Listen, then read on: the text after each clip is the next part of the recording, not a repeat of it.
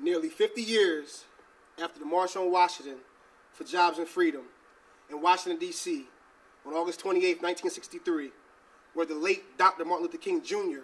delivered a commanding, provocative, and national call to action to completely liberate our country from segregation, discrimination, and every injustice done based on race, I stand here today with mixed emotions. For every step our nation has taken to improve the quality of life for all mankind, my race has stood still, as if we have reached the finish line when the fight for justice has no end. We can never stop our pursuit for equality. Yet my race, even as I speak in this moment, has silently stood still and has continued to perpetuate the inferior ideologies that once threatened our extinction. We have now turned our ignorance, disgust, anger, animosity, and rage towards each other, and now a race that once stood side by side for the fight against slavery seems to be a race divided. I can only speak to the destruction of the African American race as I see it through my eyes. This destruction caused by our own ignorant and narrow-minded views about life, liberty, and the pursuit of happiness, granted to each individual according to the United States Constitution.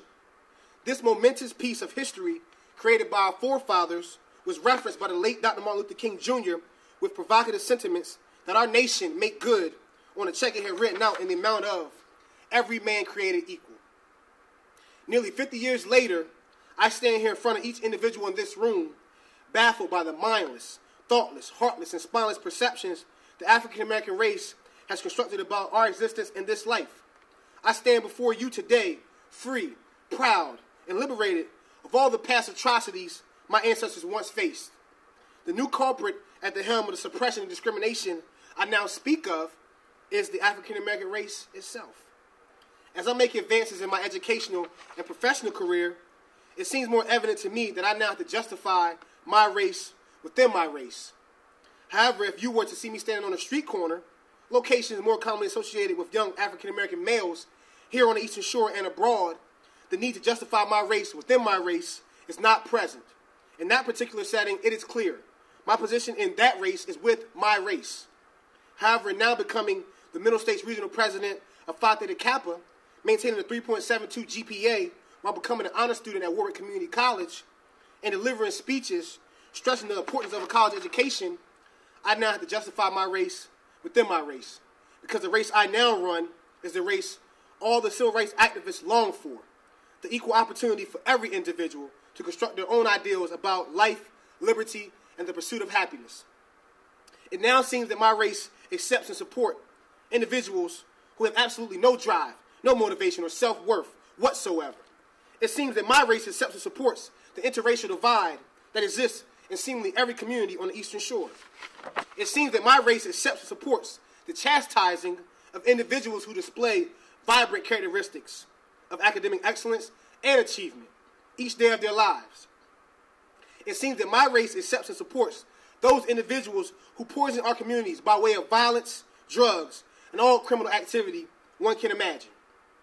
I have to ask the question, is this our ideal of life, liberty, and the pursuit of happiness? I am quite certain that as I stand here today, individuals from my own race will paint me according to their ignorant and thoughtless views and miss every message within every word that I speak. I myself previously expressed those same ignorant and thoughtless views that my race seems to adhere to just as the air they breathe. The views that I speak of that once held my mind, body, and soul captive were as follows. We are still living in slavery, and we will never be free. The white man does not want to see me do good in the world, or us black folks. The white man will always be superior because of all the opportunities they have received. In summation, it seems that my race has this perception that the white man is the cause for all the deaths, destruction, violence, poverty, and all the other ills that plague our communities. I recall days long before now when I used to ride a short transit bus to and from work. I would often hear African Americans complain about the travel to and from work. They would often complain about simply going to work. They would mention how ready they were for the winter session to approach in hopes that they could file for their unemployment and not have to work again until the spring. I will sarcastically assume that my race blames the white man for asserting that ideal in their minds. It was all those days riding the short transit bus to and from work that I would develop my true meaning of life, liberty, and the pursuit of happiness. I recall many times during my high school years that I would suppress the true nature of my intelligence in fear that I would have to justify my race within my race. I recall many advanced placement classes that I wanted to take during my high school years that I passed over due to the fear of being exiled from my own race. I dressed a certain way. My actions and dictions were aligned to fit the norm within my environment. My speech was reminiscent to the slang terminology used by those of my race. Looking back, I would say that subconsciously, I adapted to the standards that were in place within my environment. It took me 27 years to understand that I have every right to exercise my true characteristics irregardless of the norms set within any environment. I am a young black man who loves art, poetry, writing, jazz, and classical music, hip-hop, rhythm and soul music. I love to have intellectual conversations about the world, about love, about life, about the future, about politics. I love to cook dinner for my family. I love to make people laugh and smile. I love to meet new people and to hear their stories. I love to play tennis, golf, basketball, soccer, football, weightlifting, baseball. I love to do research, and I love to learn new things. I love school, and I love my education. Because the things that I love don't necessarily fit the norm for my race, does it degrade my position with my race? Our narrow-minded views about what represents an African-American man or woman will continue to suppress the true nature of life, liberty, and the pursuit of happiness. I recently recalled the first time I wore a bow tie on campus. I heard a comment, "Who do you think you are?" My response, which was made consciously, was, "I know who I am, Taren James Nance. That is the name on my birth certificate, and the last time I checked, that is the name on my license." I see young African-American men all across the Eastern Shore and abroad wearing their pants below their waists. I see them not properly groomed. I hear them speak of words of hatred, negativity, and prejudice without regard of who is in their presence or where they're located. I see young African-American women come into places of business, still dressed in the same garments they wore to sleep. I see them wearing their hair scarves into an office building, and when they don't get the on-the-arrival service, they respond in frustration using derogatory terms. I see young African Americans look at me at times with disgust or anguish because they may feel that I need to define my race within my race. They may feel intimidated or threatened by my presence. Or maybe they feel that I'm not black enough because of my stature is one of resolve, confidence, and does not fit the narrow-minded views of how a black man should look. I guess Rob Parker, ESPN analyst, who raised the question about Robert Griffin III's blackness in this moment, will surely question my race within my race.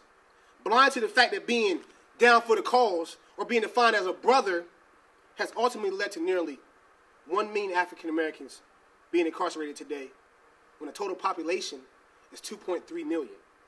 1 out of 6 black men have been jailed as of 2001.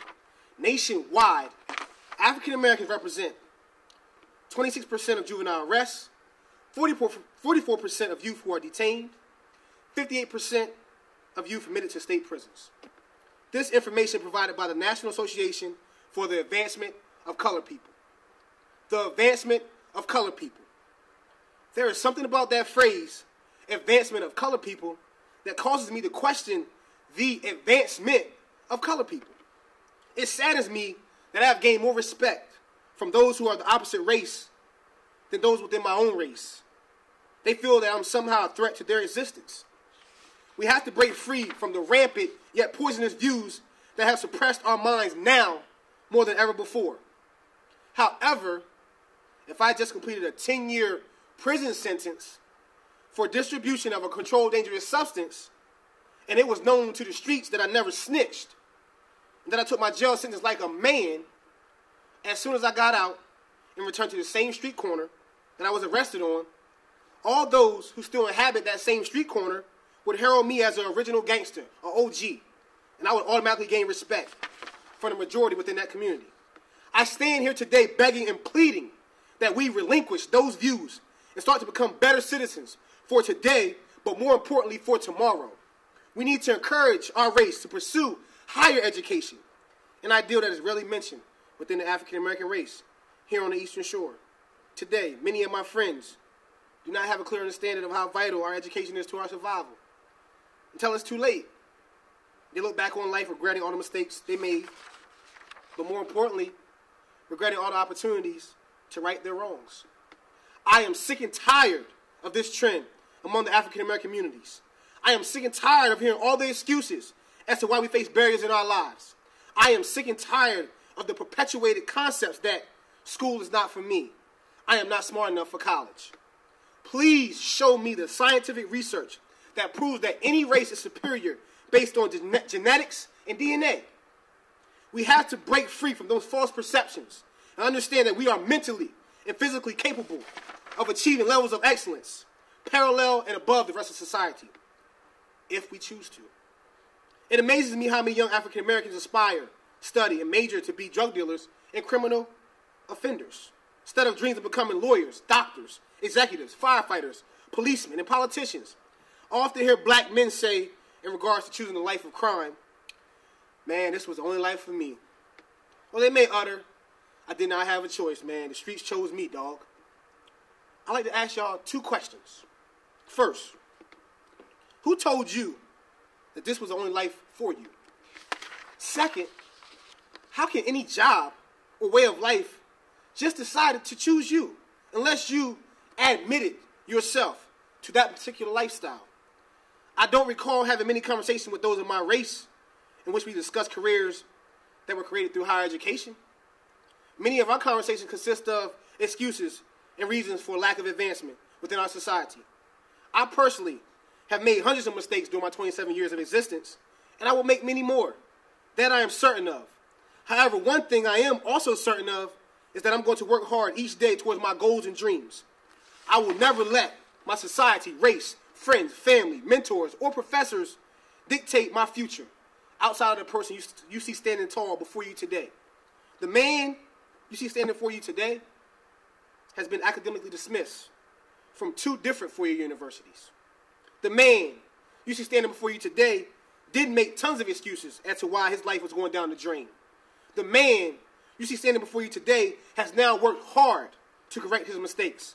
And the reason I stand before you today was due to me relinquishing my ignorant views about life, liberty, and to pursue the happiness. My dream is to see African American race here on the Eastern Shore and abroad release every thought that contradicts the ideal every man created equal. My dream is for my race to embrace higher education, to embrace learning, to embrace other cultures, to embrace change, to embrace all the advances our society has made for each individual, to establish their own ideals about life, liberty, and the pursuit of happiness. My dream is for my race to embrace the notion that criminal activity leads to long and lasting careers. No! My dream is for my race to understand that honest, hard work is what defines us as individuals. My dream is to one day walk into a college calculus course and see a classroom full of all races reaching and stretching for the same goal. My dream is to one day ride through the poverty-stricken areas of my communities and see members working together to see the street corners empty, and the same men who used to inhabit those street corners are now home with their families, trying to make an honest living. My dream is to one day have a society loosen its grip on the stereotypes the entire race has, and with endless pursuit of hard work, we can destroy them all. My dream is for my race to realize that we have every opportunity to become anything we want if our hearts and minds desire it. We have an African American president of the United States of America, the United States, President Barack Obama. Today, right now, in this moment, we are going to wash away all the excuses and start to accept that hard work does and will always get the job done. In closing, I want everyone in this room, regardless of race, to understand my message. If our society is going to continue to make it an advance, it's going to take a valiant effort from each individual. The ignorant views that once constituted the way each race conducted themselves are no more. We must reboot our minds, theories, ideologies, concepts, and ideals. We need to understand that every individual on earth has the right to prosper in whatever fashion they choose within the law of the land. I will continue to spread my message with hopes that at least one individual in this room begins to open up his or her mind and start to imagine the wonders our world possesses. Through my message, I hope to create a movement within our society that promotes the core essentials that have established equal opportunities for all individuals, for all races. My dream is to create a society based on hardworking folks reestablishing the definition of an American. My name is Taren Nance. I've been assigned to empower our nation. Thank you very much. God bless America. Thank you.